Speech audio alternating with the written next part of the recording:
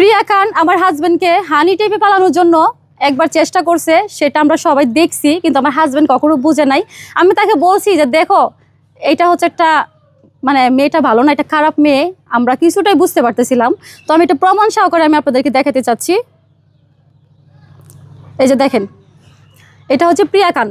বলা হয়েছে এখানে প্রিয়া খান মারা গেছে, ওর নাকি মেডিকেল থেকে তাকে বলছে সে মৃত, সে মারা গেছে, এটা সে বলা হয়েছে।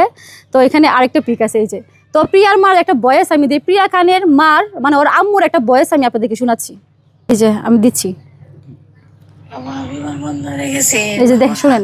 ওরে নাকি বাকিটা হয়েছে আমি কইতারি না, ওরে অ্যাম্বুলেন্স দে মেডিকেলে লইয়া গেছি বাবা, এ নয় অ্যাম্বুলেন্স থেকে নাইমে ওরে কত কিছুক্ষণ আগে কইতা যাবো মৃত্যু।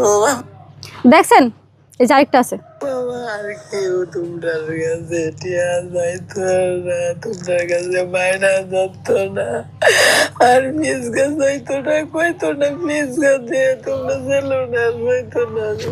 একটু আমাদের থাকলে তুমি আর বিবি ইমরানি।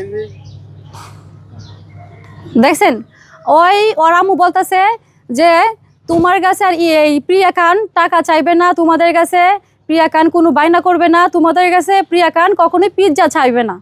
শুনছেন, এইটা সে বলছে। তো ওরা যে হানি টেপে পালানোর জন্য আগে একবার চেষ্টা করছিল, আল্লাহর কি রহমত আমরা এখান থেকে বাইচে আসছিলাম, বুঝছেন।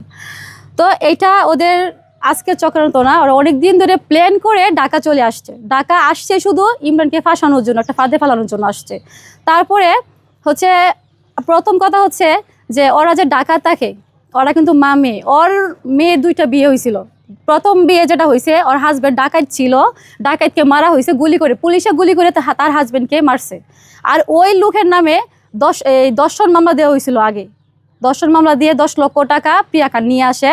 তা যখন দেখতেছে জিনিসটা বিশৃঙ্খলা হয়ে যাইতেছে, তো ওদের টার্গেট হচ্ছে কিভাবে তার কাছ থেকে কিছু টাকা নিয়ে আসতে পারবে, তার হাজবেন্ডের কাছ থেকে কিছু 10 মামলা দিয়ে টাকাটাকে নিয়ে আসছে। আসার পরে কিছুদিন পরে শুনে যাতে তার হাজবেন্ডকে গুলি করে মারা হয়েছে।